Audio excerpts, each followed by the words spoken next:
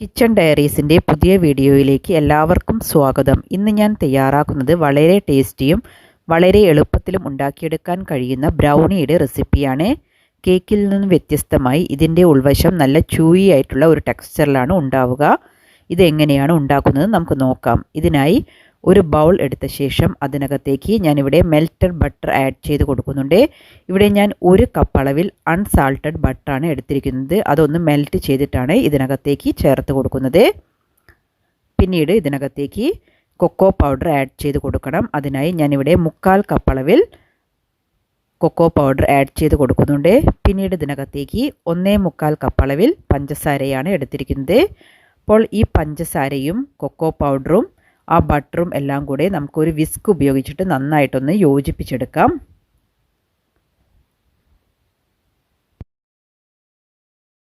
Whisk ഉപയോഗിച്ച് ഇതൊന്ന് നന്നായിട്ട് മിക്സ് ചെയ്തതിന് ശേഷം പിന്നീട് നമ്മൾ ഇതിനകത്തേക്ക് ചേർത്ത് കൊടുക്കുന്നത് 1 ടീസ്പൂൺ അളവിൽ കോഫി പൗഡറാണ്. അപ്പോൾ കോഫി പൗഡർ ചേർത്ത ശേഷം ഒന്നുകൂടെ മിക്സ് ചെയ്തെടുക്കുന്നുണ്ട്. പിന്നീട് നമുക്ക് ഇതിനകത്തേക്ക് ആവശ്യമുള്ളത്ര എഗ്ഗ് ചേർത്ത് കൊടുക്കണം. ഇവിടെ ഞാൻ 3 എഗ്ഗാണ് ഇതിനു വേണ്ടി എടുത്തിരിക്കുന്നത്. റൂം ടെമ്പറേച്ചറുള്ള എഗ്ഗ് എടുക്കാൻ നിങ്ങൾ പ്രത്യേകം ശ്രദ്ധിക്കുക. അപ്പോൾ എഗ്ഗ് ചേർത്തതിന് ശേഷം പിന്നീട് ഇതിനകത്തേക്ക് 1 ടീസ്പൂൺ അളവിൽ വാനില എസൻസ് ചേർത്ത് കൊടുക്കുന്നുണ്ട്. പിന്നീട് ഇതിലേക്ക് 1/2 ടീസ്പൂൺ അളവിൽ ഉപ്പ് കൂടെ ചേർത്ത് കൊടുക്കുന്നുണ്ട്. ഇവ ചേർത്ത ശേഷം നന്നായിട്ട് തന്നെ മിക്സ് ചെയ്തെടുക്കുക.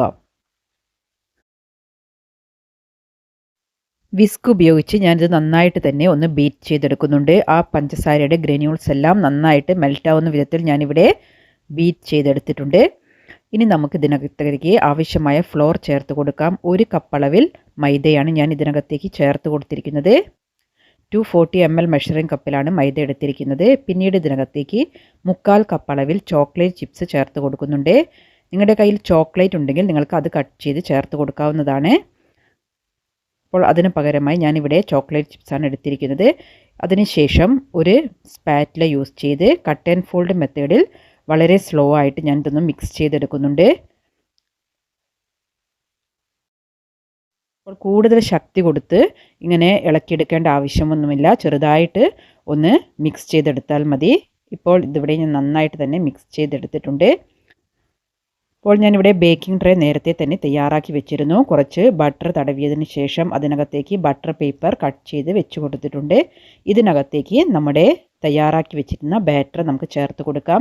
ഈ സമയത്ത് തന്നെ ഞാൻ ഓവൻ പ്രീഹീറ്റ് ചെയ്യാൻ വേണ്ടി 10 മിനിറ്റ് 170 ഡിഗ്രി സെൽഷ്യസിൽ ഓൺ ചെയ്ത് വെച്ചിട്ടുണ്ട്. അപ്പോൾ ഈ ഒരു കൺസിസ്റ്റൻസിയിലാണ് ഇതിൻ്റെ ബാറ്റർ തയ്യാറാക്കിയിരിക്കുന്നത്.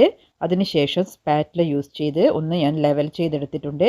പിന്നീട് ഇതിന് മുകളിലായിട്ട് കുറച്ച് ചോക്ലേറ്റ് ചിപ്സ് ചേർത്ത് കൊടുക്കാം. അതിനുശേഷം നമുക്കിത് ഓവനിലേക്ക് വെച്ച് കൊടുക്കാം.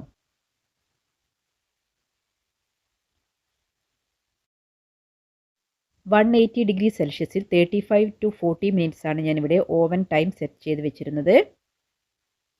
ആ ഒരു ടൈം കംപ്ലീറ്റ് ആകുമ്പോഴേക്കും ബ്രൗണി ഇവിടെ തയ്യാറായിട്ടുണ്ട്. ഇത് ഞാൻ ഓവനിൽ നിന്നും പുറത്തേക്ക് എടുക്കുന്നുണ്ട്. അതിനുശേഷം ഒരു സ്ക്യൂവർ യൂസ് ചെയ്ത് ഇതൊന്ന് കുത്തി നോക്കുന്നുണ്ട്. അപ്പോൾ കേക്കിൽ പ്രസ് ചെയ്യുന്ന പോലെ ഈ സ്ക്യൂവർ അത്ര ക്ലീനായി കിട്ടുകയില്ല. ഇതിൽ ചോക്ലേറ്റ് കുറച്ച് പറ്റി പിടിച്ചിരിക്കുന്നതായി കാണാം. കാരണം ബ്രൗണിയുടെ ടെക്സ്ചർ എന്ന് പറയുന്നത് അതിൻ്റെ ഉൾവശം കുറച്ച് ജ്യൂസി ആയിട്ടുള്ള ഒരു ചൂയി ടൈപ്പാണ് ഉണ്ടാവുക. അപ്പോൾ ഞാനിവിടെ ഇതിൻ്റെ ബട്ടർ പേപ്പർ എല്ലാം റിമൂവ് ചെയ്തെടുക്കുന്നുണ്ട്. അതുപോലെ തന്നെ ഇതിൻ്റെ മുകൾ ഭാഗം കുറച്ച് ക്രാക്സ് വീഴുന്ന വിധത്തിലാണ് ബ്രൗണിയുടെ ടെക്സ്ചർ ഉണ്ടാവുക.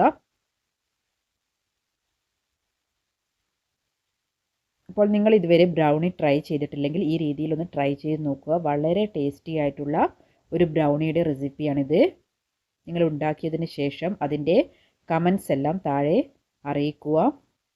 അപ്പോൾ ഞാനിവിടെ ബ്രൗണി ഒരു നൈഫ് ഉപയോഗിച്ച് കട്ട് ചെയ്തെടുക്കുന്നുണ്ട്. അപ്പോൾ നിങ്ങൾക്ക് കാണുമ്പോൾ തന്നെ അറിയാം അതിൻ്റെ ഉൾവശം നല്ല ഒരു ജ്യൂസി ടെക്സ്ചറിലാണ് ഉള്ളത്.